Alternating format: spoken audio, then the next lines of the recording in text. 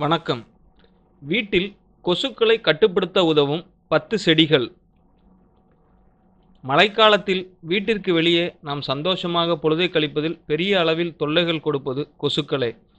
கொசுக்கடி என்றால் அரிப்பை ஏற்படுத்துவதோடு மட்டுமல்லாமல் மலேரியா போன்ற சில நோய்களையும் பரப்பும்.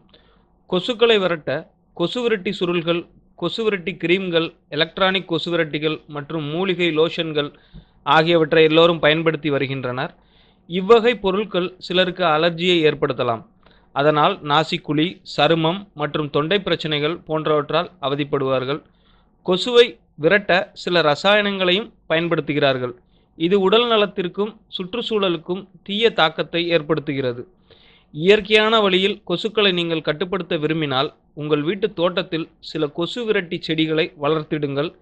இவ்வகையான கொசு விரட்டி செடிகள் கொசுக்களை விரட்டுவதோடு தோட்டத்தையும் அழகுபடுத்தும்.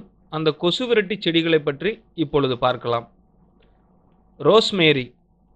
ரோஸ்மேரி செடியில் உள்ள எண்ணெய் இயற்கையான கொசுவிரட்டியாக செயல்படுகிறது. ரோஸ்மேரி செடி பொதுவாக 4 முதல் 5 அடி உயரம் வரை வளரும். இதில் நீல நிற பூக்கள் பூக்கும். குளிர்காலத்தில் இந்த செடியால் வாழ முடியாது. அந்த நேரத்தில் அதற்கு வெப்பம் தருகிற அடைக்கலத்தை அளிக்க வேண்டும். அதனால் ரோஸ்மேரி செடியை ஒரு தொட்டியில் போட்டு வளர்க்கவும், குளிர்காலத்தில் அதை வீட்டுக்குள் கொண்டு வந்து வளர்க்கவும். சமையலுக்கு சுவை சேர்ப்பதற்கு ரோஸ்மேரி செடியை பயன்படுத்தலாம். குளிரில்லாத காலத்தில் கொசுவை கட்டுப்படுத்த இந்த செடியை உங்கள் தோட்டத்தில் வைக்கவும். ரோஸ்மேரி செடி உடனே கொசுவிரட்டியாக செயல்பட வேண்டுமானால் ரோஸ்மேரி செடியின் அதிமுக்கிய எண்ணெயை 4 சொட்டு எடுத்து அதனை 1/4 கப் ஆலிவ் எண்ணெயுடன் கலந்து அதனை குளிர்ந்த மற்றும் ஈரப்பதம் அல்லாத இடத்தில் சேமித்திடவும். பின் தேவைப்படும் நேரத்தில் கை மற்றும் கால்களில் அதனை தடவிக்கொள்ளலாம். சிட்ரோனெல்லா புல். சிட்ரோனெல்லா புல் கொசுக்களை கட்டுப்படுத்த சிறந்ததாக விளங்குகிறது. 2 மீட்டர் உயரத்திற்கு வளரும் இது ஆண்டிற்கு ஒரு முறை லாவெண்டர் நிற பூக்களை பூக்கும். இந்த புல்லிலிருந்து எடுக்கப்படும் சிட்ரோனெல்லா எண்ணெயைத்தான் மெழுகுவர்த்தி, பெர்ஃப்யூம்கள், விளக்குகள் மற்றும் இதர மூலிகை பொருட்களில் பயன்படுத்தப்படுகிறது. மேலும் டெங்கு காய்ச்சலை உண்டாக்கும் கொசுக்களை சிறந்த முறையில் கட்டுப்படுத்தவும் சிட்ரோனெல்லா புல் உதவுகிறது. கொசுக்களை கட்டுப்படுத்த சிட்ரோனெல்லா எண்ணெயை மெழுகுவர்த்தி மற்றும் விளக்குகளில் ஊற்றி அதனை தோட்டத்தில் எரிய விடுங்கள். சிட்ரோனெல்லா புல்லில் பூசண எதிர்ப்பி குணங்களும் உள்ளது. சிட்ரோனெல்லா புல் நம் சருமத்திற்கு பாதுகாப்பானது. அதனால் அதை நீண்ட நேரம் தடவிக்கொள்ளலாம். உயிரினங்களுக்கு எந்த ஆபத்தையும் ஏற்படுத்தாதது. சாமந்திப்பூ. சாமந்திப்பூ செடியில் வரும் வினோதமான வாசனையை பல பூச்சிகளும் மனிதர்களும் மிருகங்களும் விரும்புவதில்லை. சாமந்திப்பூ செடி 6 இன்ச் முதல் 3 அடி உயரம் வரை வளரும். 2 வகையான சாமந்திப்பூ செடிகள் இருக்கிறது. ஆப்ரின் சாமந்திப்பூ மற்றும் பிரெஞ்சு சாமந்திப்பூ. இவை இரண்டுமே கொசுவிரட்டியாக செயல்படுகிறது.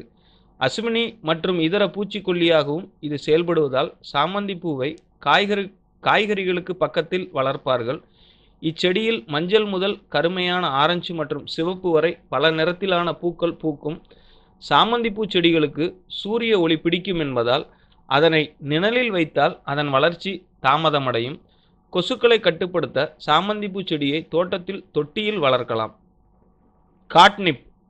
காட்னிப் என்ற செடி புதினா குடும்பத்துடன் தொடர்புடையது. இது ஒரு கொசுவிரட்டி என சமீபத்தில் தான் அறிவிக்கப்பட்டது.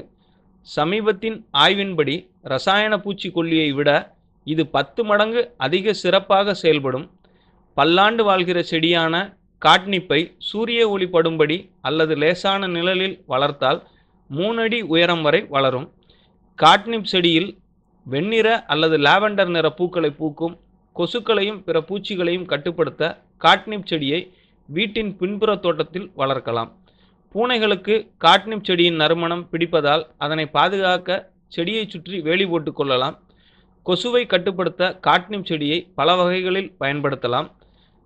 கசக்கிய அதன் நற்பதமான இலைகளை அல்லது அதிலிருந்து எடுத்த சாறை சருமத்தில் தடவலாம். அகிராட்டம். அகிராட்டம் என்பது மற்றொரு கொசுவிரட்டி செடியாக செயல்படுகிறது.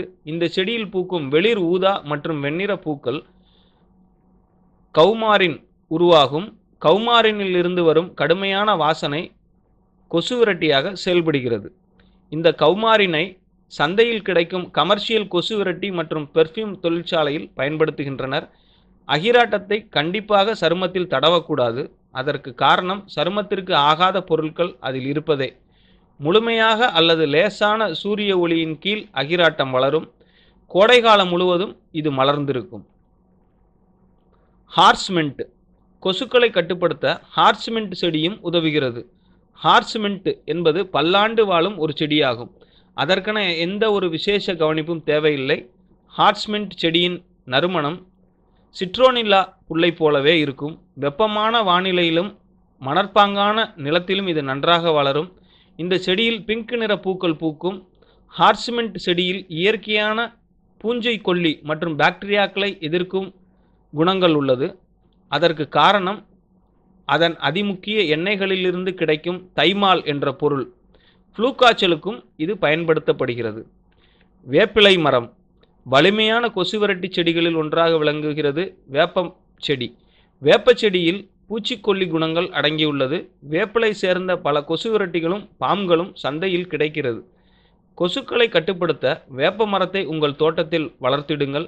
வேப்ப இலைகளை எரித்தோ அல்லது வேப்ப எண்ணெயை மண்ணெண்ணெய் விளக்கில் போட்டோ பயன்படுத்தலாம்.